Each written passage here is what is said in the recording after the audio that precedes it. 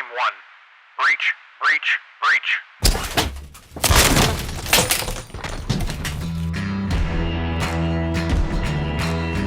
You're listening to Breach Your Mind.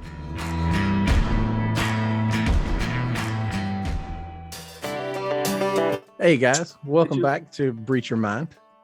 We got an interesting guest with us tonight. Those of you who are watching and seeing the YouTube video will see the stand-in, I guess you could say, with Chris tonight. That's would you say his name was Fred? Yeah, it's Fred. It's Fred. The wife had to name him. The wife had to name him. It's Fred, the medical school alien. Yes. I don't think they've got the same parts, but maybe one day somebody will tell us. So today we're going to talk about something that I was inspired, I guess you'd say, probably a few years back. I don't really know exactly how far back it was, but I've always been the person to just kind of go with the flow. Didn't really take a whole lot of chances, wasn't really worried about taking chances, just kind of doing whatever. That was just who I was. It was comfortable. I knew it. So that's what I did. And I'd always had little ideas of things I'd like to do and different avenues I'd like to take, but I never knew how to do them. And I just kind of figured it would be impossible to do it anyway. So I never really went after it. And probably close to 10 years ago, I was in the gym working out, and like a lot of people in the gym, I listened to music, and during this particular session, I was listening to something that was just kind of some motivational stuff while I was working out, and wound up coming across somebody on this video, and I found out later on who it was. This guy by the name of Les Brown, which for those that don't know, and I didn't at the time, Les Brown is a motivational speaker. He's a former politician. He's got some other credit to his name, but he goes around the country now doing motivational speaking. And essentially the focus of his speeches is to get people motivated, get companies motivated, get people motivated to go after something, whatever it is that they're wanting to do. It's getting them to go after it. So that's we're going to take that kind of role on it, because I had an experience that pushed me forward into something. And so this episode is going to be dedicated to taking chances. So the thing that I had heard Les Brown say, and I actually quoted it, and I'll read it now. It says, "Imagine, if you will, being on your deathbed and standing around your bed, the ghost of the ideas, the dreams, the abilities, the talents given to you by life. And that you, for whatever reason, you never acted on those ideas. You never pursued that dream. You never used those talents. You never saw your leadership. You never used your voice. You never wrote that book. And there they are standing around your bed, looking at you with large, angry eyes, saying, 'We came to you, and only you could have given us life. Now we must die with you forever.' So the question was, if you die today, what ideas, what dreams, what abilities, what talents, what gifts would die with you?" So obviously there was some more motivational music along with it, and Les Brown says it far better than I could. But that really kind of sparked something in my head, just kind of imagining laying there on my deathbed and seeing all the different versions of me that could have been, because of all the different ideas and things I wanted to try throughout life that I never acted on, standing there looking at me with just this disappointed look on their face because I never tried to bring them to life. And like I said, it really hit a chord with me. But even though it hit a chord, I didn't really act on it. It was something that, I was like, yeah, that makes a lot of sense. I need to get on that. I need to get on that. But I was on a different path at that time. And so I never really acted on it. I stuck to what was normal. kept my same routines, did my job, so on and so forth. And that brings me to my own experience a few years ago. So a few years ago, and it may have been more than a few years, but a few years ago, one of my daughters wanted to audition for a nationally syndicated talent show. And it wasn't my thing. I'm obviously not big on that. I say obviously, I'm sitting here making a YouTube video, but it wasn't my thing. But she was passionate about it, and I was like, all right, well, if you want to do it, then you can fill out the application and do all the stuff that needs to be done, and whatever we got assigned, we'll do. And you need to put in the work. Do the work to go after what do you want to do. You want to be on this talent show, so be it. Put in the work so you have the chance. And she did. I mean, she practiced for months, trying to go through different songs, asking what we thought of different songs, and practice. And she finally found one, and she had her music all planned out, and she had her little thumb drive that had her music track on it, and she was ready to go. So we get dressed up. We go to, what was that place? That one out there, right there, just at the South Carolina border. Was that Hutchinson Island? The convention center. Yeah. So they were doing it there at the convention center, and we go, and a whole different experience when you're on the set. I say on the set, behind the scenes of a nationally syndicated show. Things are a lot different than what you thought. But it was a whole new experience, and we were enjoying the time and the experience. So come down to it, and they would only let one person go in with my daughter, and my wife and I talked about it, and she said, well, why don't you just go ahead and go in with her? I said, okay. So we go in, and obviously my daughter was nervous because this is a huge step above and beyond what she was ever comfortable with. She wouldn't even so much as sing in front of me on request, let alone close family and friends. She just wouldn't do it. She was scared to death, anxiety, the nine works. She would not do it. And so this was a big thing for her to really be stepping up and trying to audition for the show.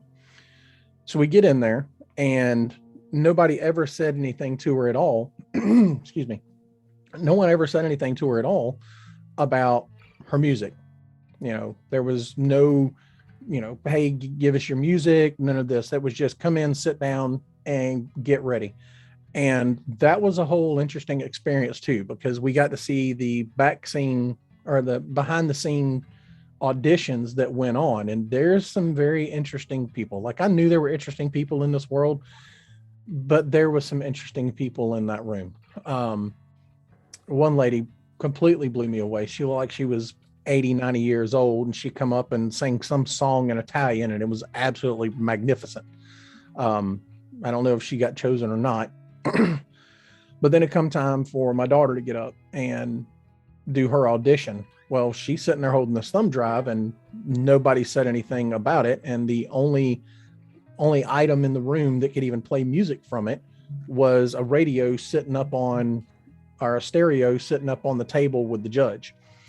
And it obviously did not appear that it could have a USB drive. So yeah, there was no background music. So now all the months of preparing that my daughter had done just went out the window because she had prepared to use that music, to sing with the music. That was her tempo, that was her key, everything. And now all of a sudden, all of that was taken away. Everything she had there to support her, short of her own self and me, were now torn away from her. And she was essentially naked in front of everybody. So the judge gives her the nod, says, okay, whenever you're ready, go ahead. But he had a British accent, and I'm not doing that. And she sat there for a second, and I thought she was going to freeze because, again, she had stage fright. She couldn't do it. But she started singing, and I didn't really know the song she picked, so I didn't know how she was going to sing it. And she started off real low, and I'm sitting there, I'm like, oh man, it's not going to go well. She's too shy. She's too bashful, and she's singing really low, and it's just not going to go well. Well, about midways through what she was doing, all of a sudden she just belts out this one note real loud and just with every bit of confidence she had in it. And it was a note that she had been having problems with. She was going to her chorus teacher and trying to get him to help her with this particular note. And she just belts it out. And I mean, loud as she could. And it was amazing. It was absolutely amazing to hear her go from this soft tone to belting out this note that was kicking her butt essentially the whole time she was practicing, and then finish out so strong. And that's when I realized, okay, well, that was the design of the song. It was meant to start off and kind of get you in the the slow roll and then just kind of bust through the door on you. And her performance completely floored me. She didn't get chosen, and I was a bit surprised by that, especially considering some of the other people that were in the room. But that being said, I'm also her dad, so I'm sure there was some bias in there. But she didn't get chosen. But when we walked out, the look on her face, it was truly surprising. And while I was hugging her and telling her how proud of her I was, I told her, I said, whether you get chosen for this stupid show or not is irrelevant. The mere fact that you got up there in front of so many people and you sang that song the way you did, and you sang it a cappella, you already won. There's no talent show that's going to give you that feeling right there, because you already won. And it was simply because she chose to conquer her fear and put herself out there. She took that chance and put herself out there. So weeks went by, and the more I thought about it, the more I thought back to what I heard Les Brown saying in that motivational video while I was working out. How many, at my age at the time, how many dreams and ideas and things that I wanted to do or thought about doing, how many of those were standing around me, tapping me on the shoulder going, hey man, right here, give us a shot. And I hadn't done anything about it. And I had a lot of reasons why I didn't do anything about it. A lot of the reasons why not to do anything was ultimately fear. I'm used to small town life, if you want to call that where we live. I'm used to small town life. I'm used to knowing everything around me and being able to control a lot of things around me. And doing something of these ideas that I had, it wasn't comfortable. I was worried about other people's opinion. I was worried about my friends' opinion, my family's, my coworkers. I was worried about their opinion, and I never did it. So I said, you know what? It's time to stop caring about what everybody else thinks and what everybody else wants. And I'm going to try it. I'm going to try it at least once for myself, just to see if I could do it. And that was when I started writing. And I wrote a couple of things that wasn't anything major. Wound up finding out how to do the self-publishing thing. And I've since been told that it's obvious my writing is amateur, which I'm okay with, because I are amateur. But it was amateur, and there wasn't enough editing and yada yada yada. I'm not a book guy, so the book snobs really kind of hit me on that one, and understandably so. It's an art form, and I thought I was just going to jump into it. I love telling stories. I'm good at telling stories. I do this better than I can write it down, minus the poor vocabulary and stupid look on my face. But so that's what I did. That was the first step. And since then, it's been one hobby after the next. And I say hobby, it's been one idea, one passion after the next since then. There's things that I do now, which includes this podcast, even so much as the YouTube videos that I now do, because I never know. I never know until I try. Chris, you remember when, it's hard because the picture's here in the camera. You remember when we were talking on the phone before you jumped on and started co-hosting with me? I even told you it's going to be a little while. I would like to start doing the YouTube videos. I would like starting putting videos out there to go along with the podcast. But I told you then that, you know, the videos would probably be a while. I didn't want to put my face on camera. I don't like the camera. The camera does not like me. I'm not comfortable with it. And on top of that, once the camera's on and once we put the video on YouTube or wherever it gets put out to, now all of a sudden you can associate a face with the voice. And now you can see who I am. And I just wasn't comfortable with it. I would much rather just have my voice being heard if I had to do anything than the video portion. But as fortune would have it, this is kind of a necessary thing in our day and age. You know, it helps broaden your scope. It broadens your audience. There's a lot of people that don't just listen to podcasts. I'm a guy, I'm not big on just listening to a podcast. I do better with something else. So I listen to podcasts via YouTube. And that's, you know, the whole reason for doing the videos now is because it's another avenue to get the same information and the same message out there that otherwise wouldn't be available if all we did was the video. Obviously, some of the earlier videos, that was a little different story. But with those earlier videos, you know, I put up a couple of pictures and put the podcast to it. You just watched a couple of pictures, scroll across your screen and then freeze and then listen to podcast. And looking at the analytics on those videos, as not a whole lot of people watched them. But, you know, it is what it is. So that's kind of my take as far as getting this conversation going. Is just, you know, I had the same ideas. I had dreams and ideas, and I was scared to jump on them. And it took my teenage daughter at the time to conquer a huge fear of her own for me as a grown adult man to do the same thing. And here we are. So now that I've said all that, Chris, what you got? You had any experiences like that? No, I haven't. But I kind of want to go back and I didn't realize. I obviously remember when she did that, because obviously you and I talked about it and you were excited about it. I know she was excited about it, but I didn't realize that was like the catalyst. Yeah. To your. I don't want to say obsession of hobbies, but it's a good word, because you do become,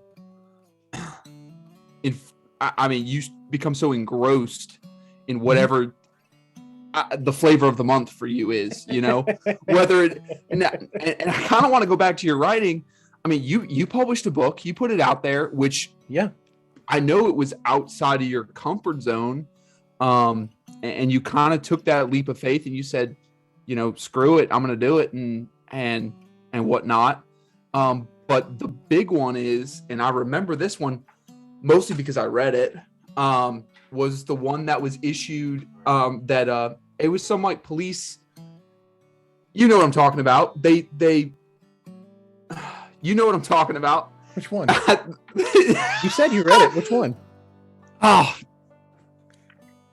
Was it about disconnect? Was it about what? Disconnect in leadership? You're talking about the blogs I was doing. Yes, but it was the one that got published by the police. The Facebook thing. Yeah, the Facebook thing. You remember that? That one was about a leadership one. Yeah. Yes. All right. Well, I mean, and it was. I mean, it was. Did you send that one to me when you found it? Yes. Yeah. Fuck yeah, I did. I remember that one. And I wish I could go back and find it and read it. I'm glad you can't. I know, but I wish I could. You know, but I didn't realize that she, you know, taking that chance on herself was the catalyst to everything. You know, your writing, your woodworking, your drone shit, the podcast. I mean, dude, like you've got all kinds of hobbies that are not like the normal. Not, I wouldn't say normal, that are like, what everybody else does. Everybody else, goes hunting and fishing, and they go mudding in their Jeeps, like, I think you just aggravated half of Southeast Georgia. well, I mean, it's true. It's freaking true. I mean, go dirt road riding in our buggies, like, you build shit, dude. Like, you can take a piece of wood and like craft this. I mean, you built a bed. I mean, you've done all kinds of stuff. I'm pretty sure you built a crib. Didn't you build a crib for one of your grandkids? Yeah. I mean, you've done all kinds of stuff, and I know how hard you work at that stuff, and you're proud of it. Yeah. And I always think it turns out super nice. Now I know that you're a huge critic of No, I think it all looks like garbage. yourself, and everybody. Yeah, I know everybody's a critic of their damn self, which drives me nuts. Because if I get out of bed in the morning, I'm proud of myself. So it's anything that you do, I'm like, damn, Brian, that's freaking nice. Like, way to go. Like that turned out great.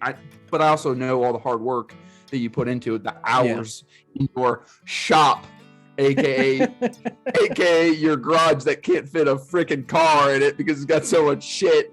Yeah. There's that. What was the other thing? Beer? Yeah. Yeah. Or was it moonshine?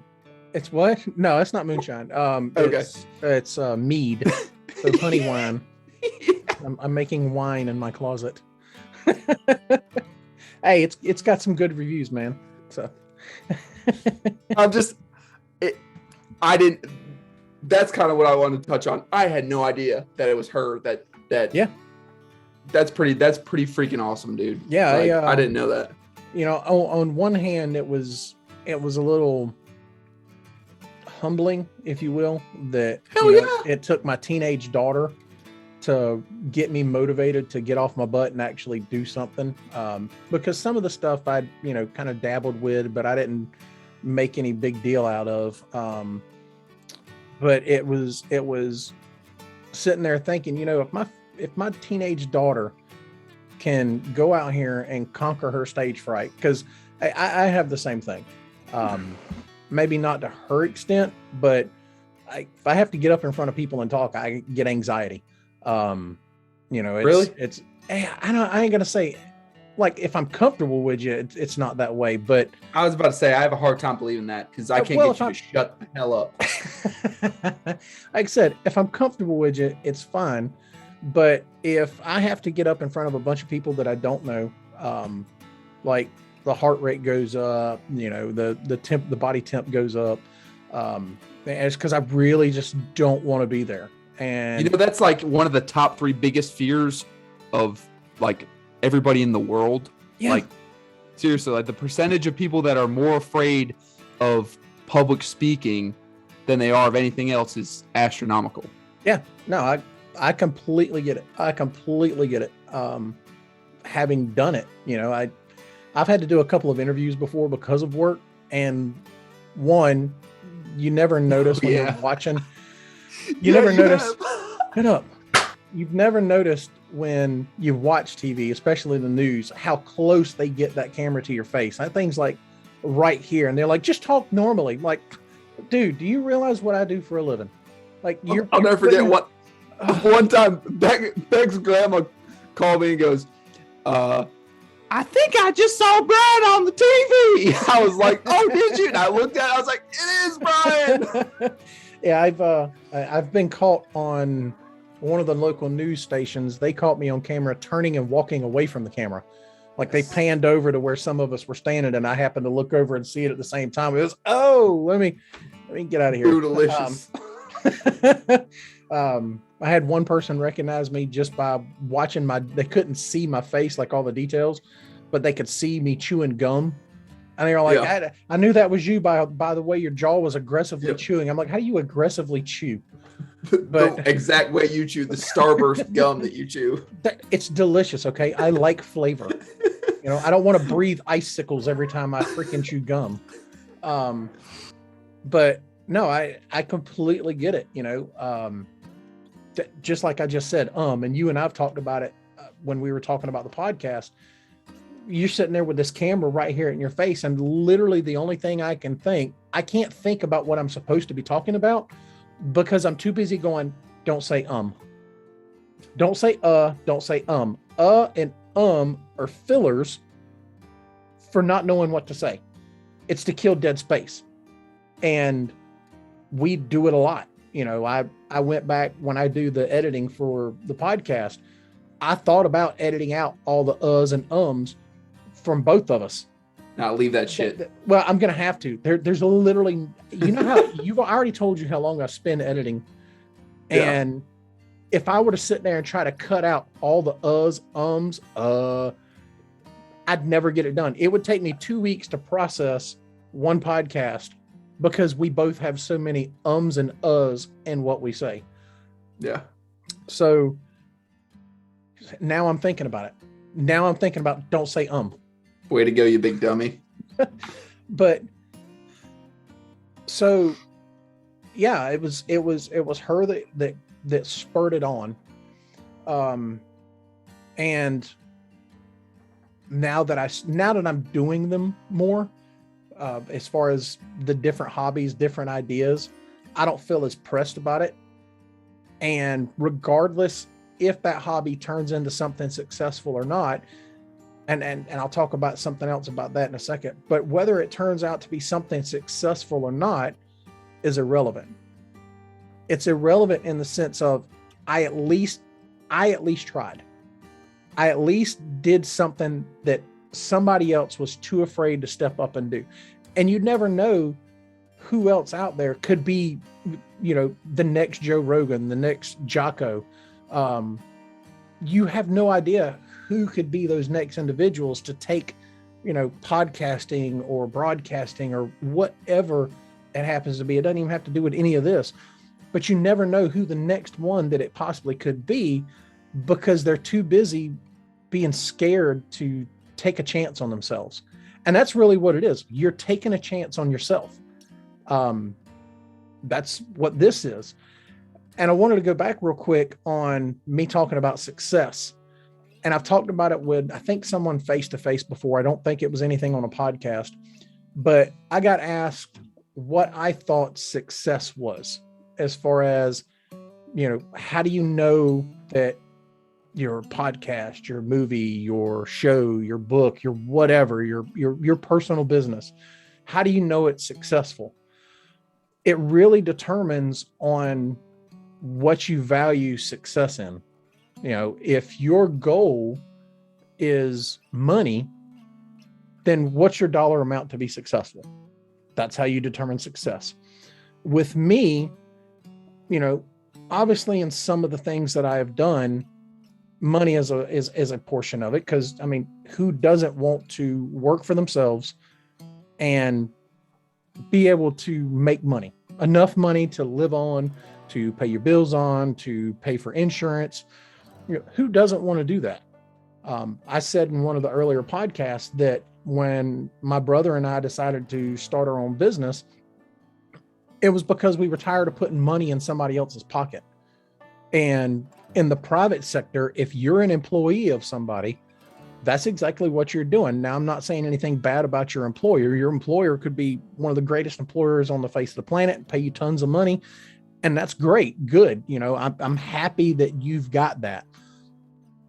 But every bit of what you do is putting money in somebody else's pocket. And that's not a bad thing. We need laborers in our society. We need people to do labor in our world. I am still a laborer. The only difference is I'm not putting money in anybody's pocket. I'm okay with that. So it really depends on how you measure success and whether or not what you're doing is successful. And in terms of like this podcast, I don't know what your definition, Chris, of successful would be, but in my mind, the way I see this podcast as being something that's successful is if it helps somebody. You know, obviously it'd be nice if there was money coming in and, you know, we could wind up, you know, doing this full time and really start to turn this into something bigger and broader and better than what we started out with.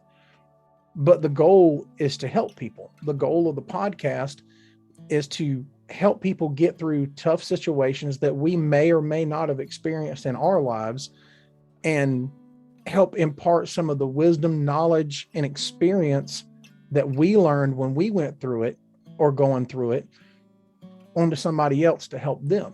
So in my mind, if we help at least just one person, we've been successful, because the goal to me is to help somebody.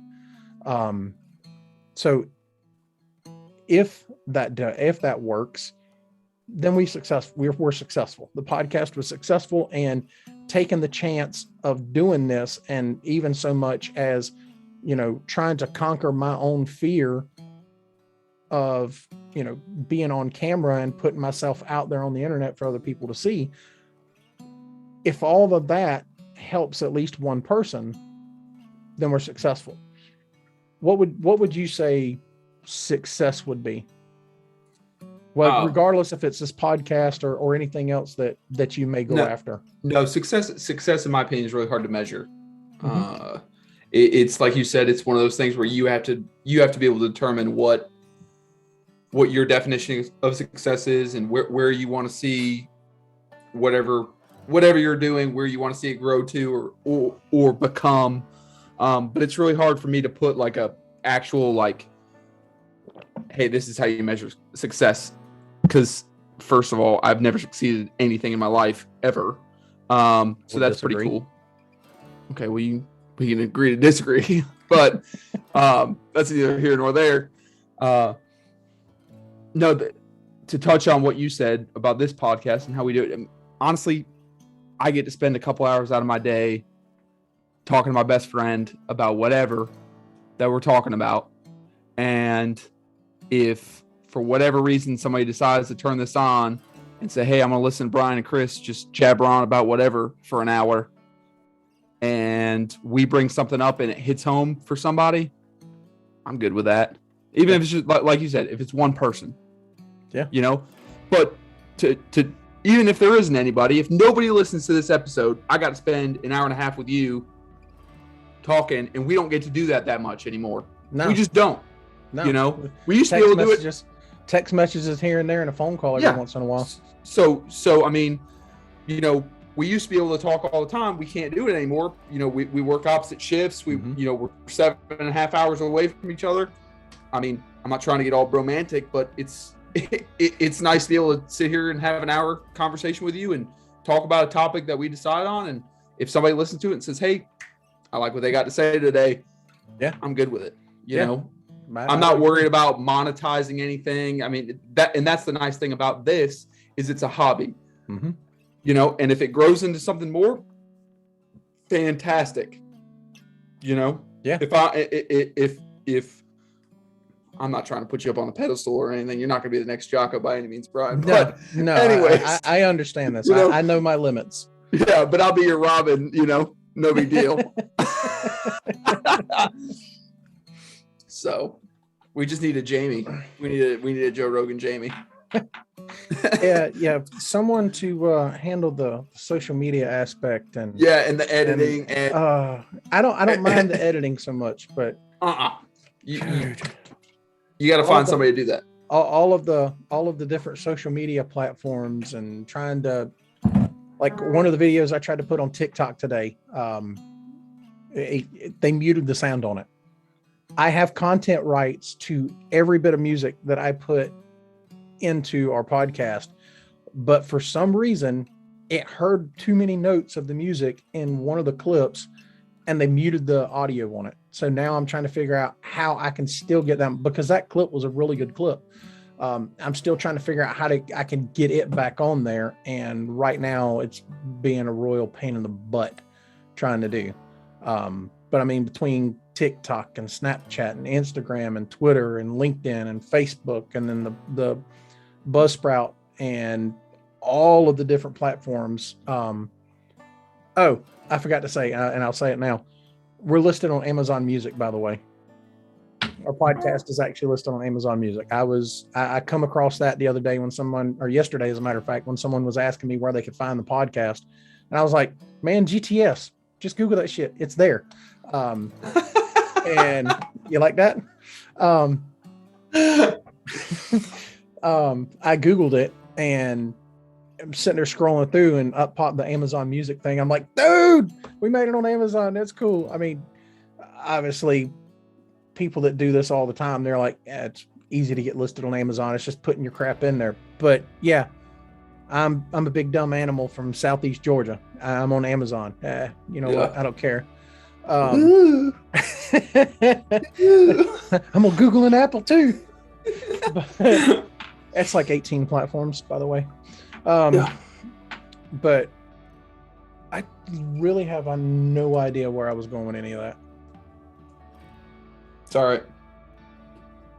You got excited about Amazon. Yeah, I like Amazon. You got excited about it.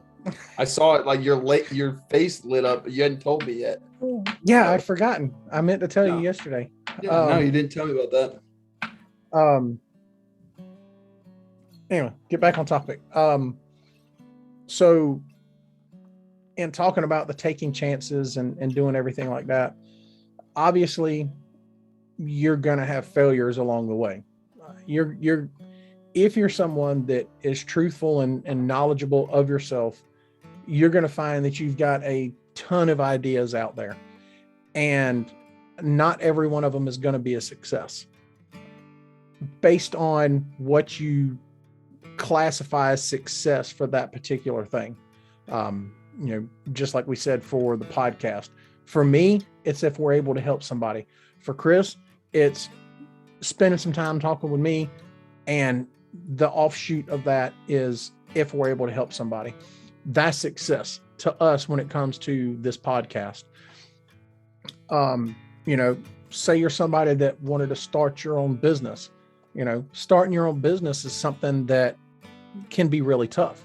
It's not easy, especially in today's times.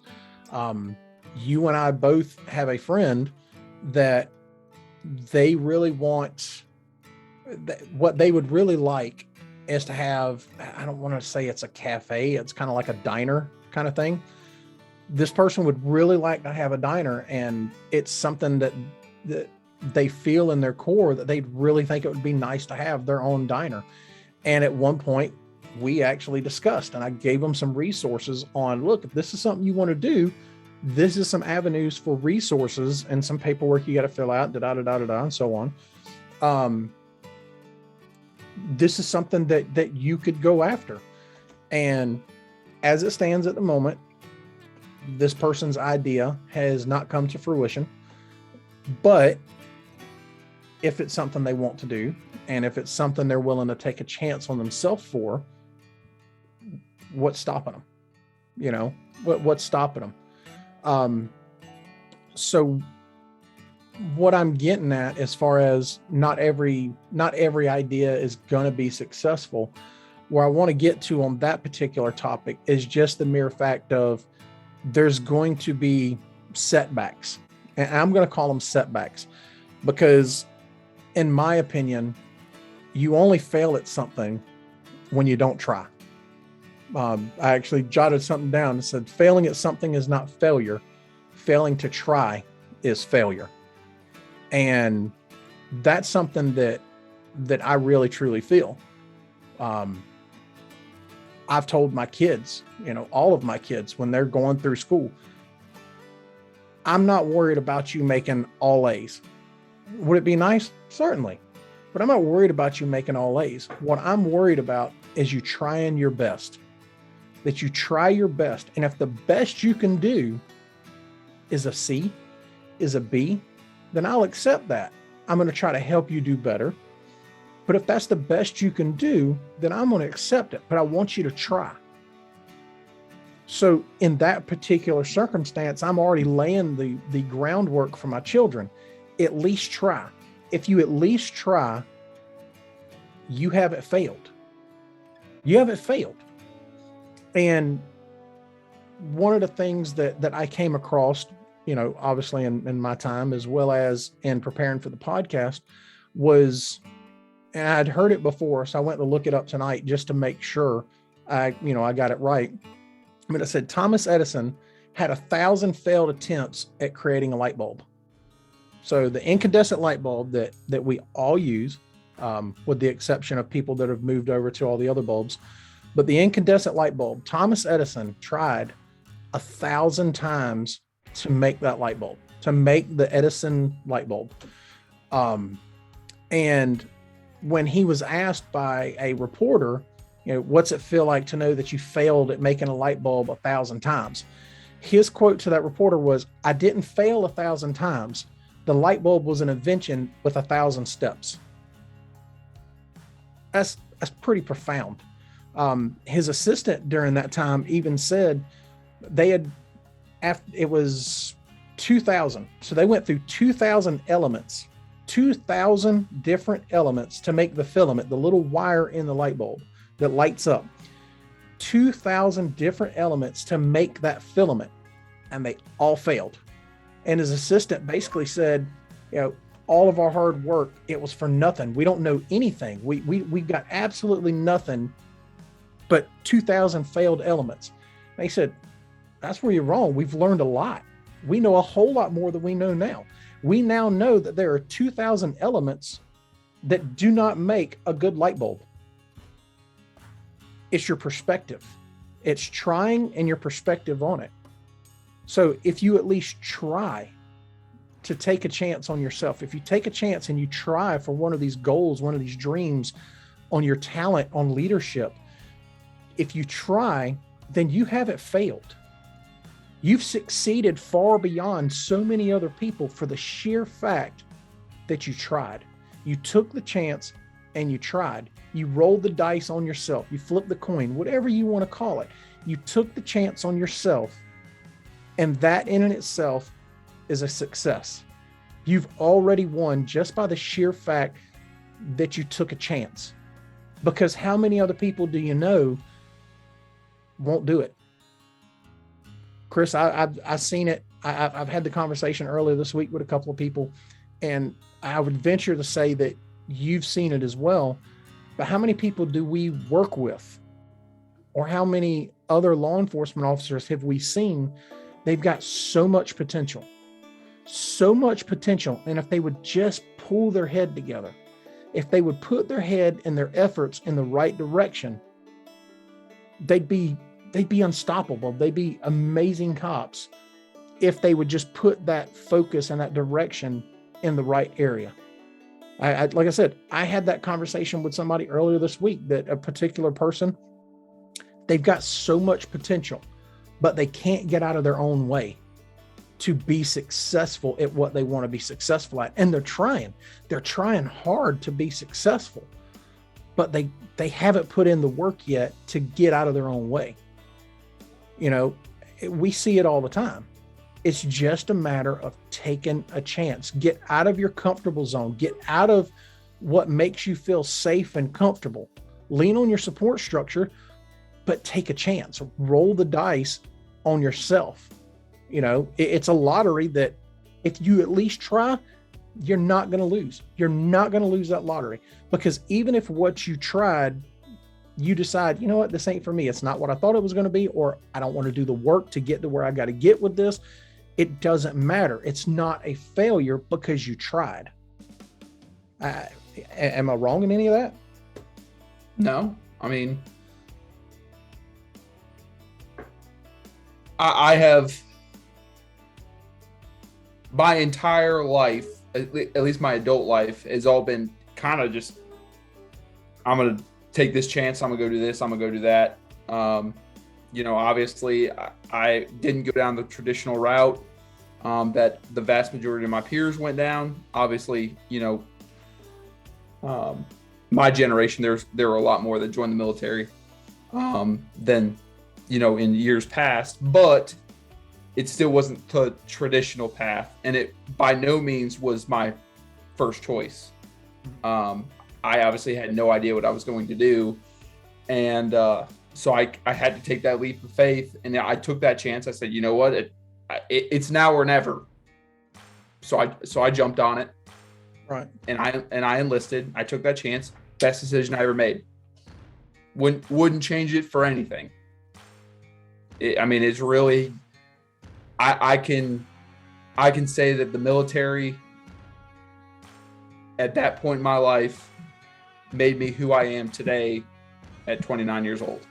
Right. Because it put me down, it shot me back down the right path in life instead of going the opposite way.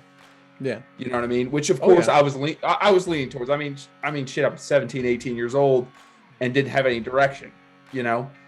So Didn't know your butt from a hole in the ground. exactly. I knew nothing. So, and then when I got out of the military, I had no clue what I was going to do. And I had to take a chance again on myself. And I put myself through the academy. Yeah. So, I mean, it's, and that alone, getting out of the military alone was scary because it was the only thing I ever knew. Yeah.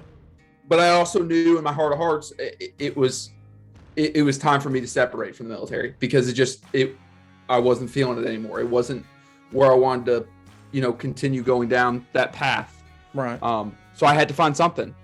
So, and I took that jump and I found something that I'm very passionate and I love doing every day. So, and then when it comes to failing, what haven't I failed at? I mean, I've failed at stuff in the military. I failed at stuff in law enforcement. I mean, life is about failures because you learn from it. Yeah, there's setbacks. I mean, you grow from them. You can't be afraid of them. I am like one of the best failures. Like I'm freaking awesome at failing. I tell myself that all the time. I really do. I'm dead ass serious. I tell myself all the time, and my wife gets so mad. No, you're not. No, you're not. Yes, the hell I am. Yes, the hell I am. And and I think I told my dad that one time. My dad laughed because he's right up there for top failures ever.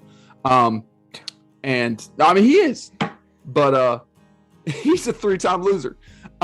Yeah, I mean, shit. You remember we put this thing out, right? I don't care. Okay. I don't give. Just I don't making give sure. shit. He is. He knows that. He says that about himself. Yeah, but it's a little different. No, it's not. Okay. Hey. Listen. You worry about what you say, and I'll worry about what I say. How about that? I'm good with it, man. I'm good with it. How about that? But he laughed at me, and he said, that's how you learn. That's how you grow. Yeah. And I gotta take it from the champ. I gotta take that advice. Yeah. Absolutely. So I 100% agree with you. Just do it. Don't hesitate. Just take that chance on yourself. And that's what you're doing. You're taking a chance on yourself. Yep. It's not for anybody else. It's not. No. And if you don't, you'll regret it. You'll regret it. And that would be the worst, is to say, look back, 40 years from now, and your grandkids say, hey grandpa, or hey grandma, what did you do? Or what didn't you do? And then you got to go look back and say, oh shit, I didn't do this. I didn't take that chance. And I wonder what could have happened with that. Yeah. So, and sometimes it may not be feasible. It's nice to have dreams. Everybody's got dreams, and sometimes certainly. sometimes it's, you can't reach them, but you got to have them. Mm-hmm. You got to try to work towards them. Yeah, it's what gives you motivation. It's what pushes you. Yeah. That's why I love the gym too. I fail at the gym all the time. Like I always, like, I'll look at some weight and I'll be like, oh yeah, I'm going to lift that shit. And I don't. I did not fail the other day, by the way. You didn't? No, we What'd did you do? shoulders. I put, I think it was 445s on each side for the shrug machine. I was quite proud of myself. I noticed that your neck was looking a little bigger. It's beefy. You're looking thick with C's, with like 4 or 5 C's at the end. Oh my God. I heard somebody say that today. Thick with 3 C's or 3. No, they said thick with 4 C's. Yeah. And my brain couldn't process it because apparently I was having a squirrel moment, and I thought it was thick as in THICK and then 4C as in FORSEE. So I was like, Nah, boy, it's THICCCCC. yeah, I get that. Thick. But at the time it didn't process. So I heard thick with 4 C's. So I was like, thick with 4 C. What? What is that supposed to mean? And why can I just see you like in the back parking lot, like pondering that? It was a similar situation. It was after training. We're standing around shooting the crap, and it was like thick with 4Cs, and I was like, I'm wondering who said that. it's irrelevant. I'm wondering who said that. It's irrelevant. The person that said it probably doesn't even listen to this, so That's fine. but yeah, it took a second. I'm gonna say that it was because we were, out in the sun for hours and my brain wasn't processing it. But It happens. it does, especially to me. Yes, it does. Yes. Hmm. What else? You got anything else? Nah, man, just freaking try. I can't emphasize that enough. It's truly, to me, it's truly sad to see how many people will waste the potential they have in themselves just because they don't want to take a chance on themselves. It's a sad sight to see. And I say that now only because I've taken that step. Man, I think in the blog post that I had written about this particular topic, I called it taking a leap. And it's a leap of faith on yourself. If you've got something that you're passionate about, if you got something that you want to see what it can become, then give yourself that chance. Take a chance on yourself to make that dream come to life.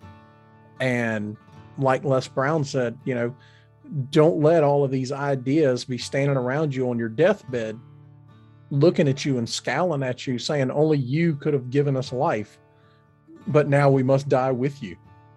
I don't want to be that guy. I don't want to be the one that's sitting there looking at all the dreams or thinking about all the ideas and dreams that I had throughout my entire life.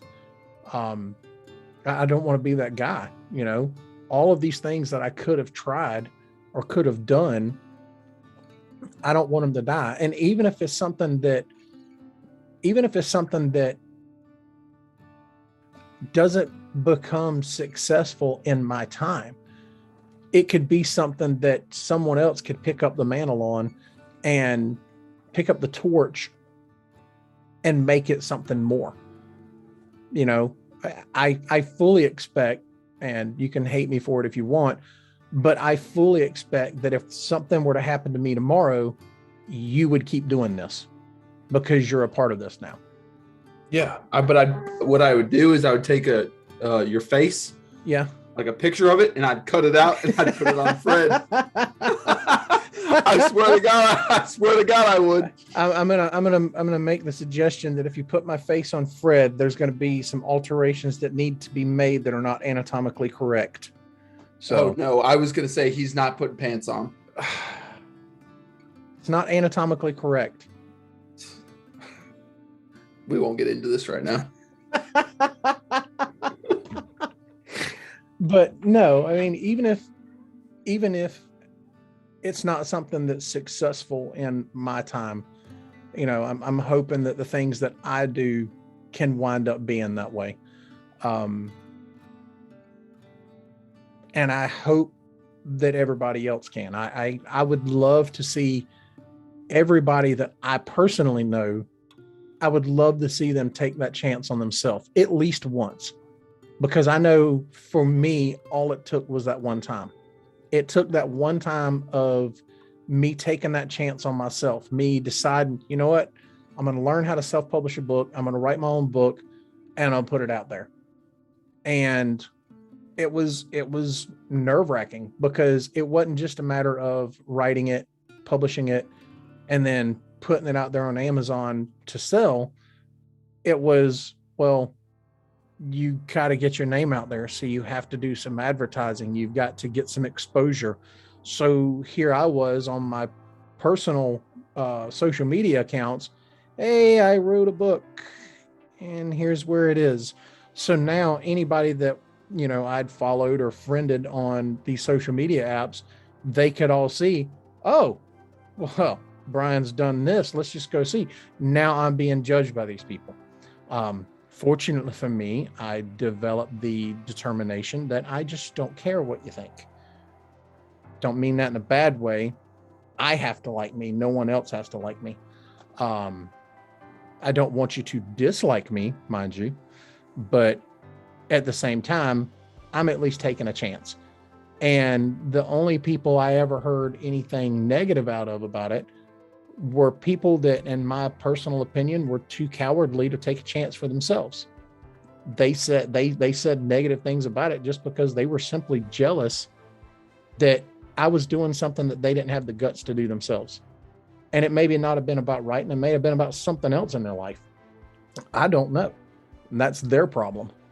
But that was that one time, me getting past that anxiety is what was the catalyst for everything else. You know, like you said, the woodworking and everything else that I seemed to find to pick up to decide to do. That was the catalyst. That's the reason why I can do it now. You know, do I still have some anxieties and things like that on stuff? Certainly.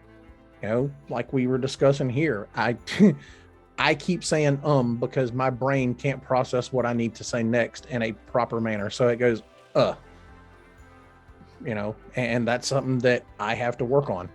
But, you know, I've still got all of that stuff, but I'm trying.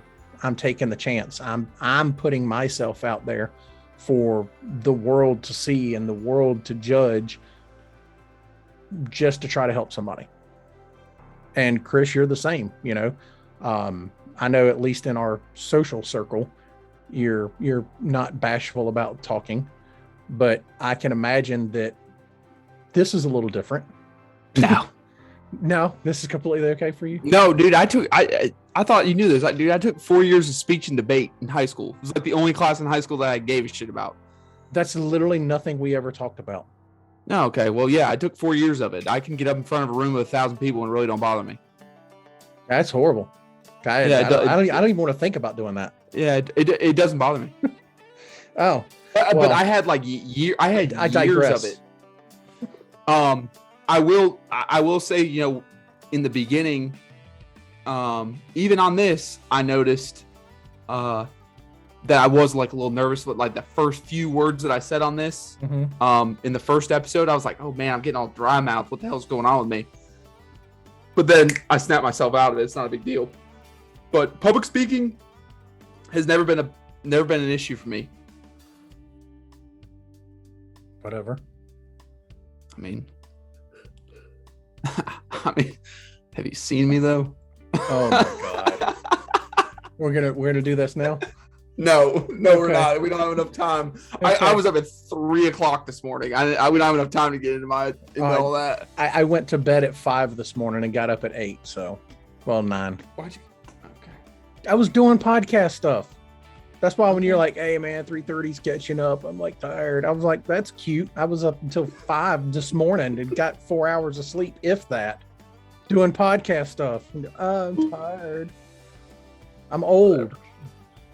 Yeah, you are. I should be drinking. That's why you don't need as much sleep. Yeah, that's entirely what it is. That's what I heard. I heard old people don't sleep. We don't. It's because we're too busy accomplishing things while the rest of y'all are sleeping. Hey, I need my beauty sleep. Oh, well, your beauty sleep works, sir. You've got the face of a child. I know. And the body of one too. I know that too. I'm well aware that I look like a 12-year-old boy. Thanks a lot. You're welcome. Had to take a little of that ego shot. You're welcome. Yeah, it's fine. I'm here. I'm the anti-dad for a reason. Yeah, whatever. All right. Well, I'm not going to keep you much longer. And these folks those that are listening have listened long enough to us be retarded on this thing. So, guys, we appreciate it. We appreciate the time. We appreciate everything you guys do and say, negative or otherwise. We appreciate it. Don't forget, like I said earlier, we're on multiple platforms as far as podcasting goes, where you can download and listen to the podcast. We're also on Facebook, Instagram, Twitter, LinkedIn, Snapchat, TikTok. There's a bunch. I'll try to get a better list out there, but we're on multiple platforms. Please don't hesitate. Reach out to us. There's a lot of things that we go through in this life. There's a lot of situations that we're going to come across in this life. And it's nice to get advice or a different perspective from somebody else. And that's what Chris and I are hoping to do for you. We're hoping to kind of give you that little different perspective. So we appreciate it. We appreciate all the time. And till then, be safe. And yeah, give us a like, write us a review on whatever podcast program that you're listen to us on too. That helps out a lot too. Yes, that Y'all definitely mind. helps out with the search stuff. Yeah. So, all right. Well, guys, we appreciate it. And as always, be safe, and we'll catch you on the next one. Bye.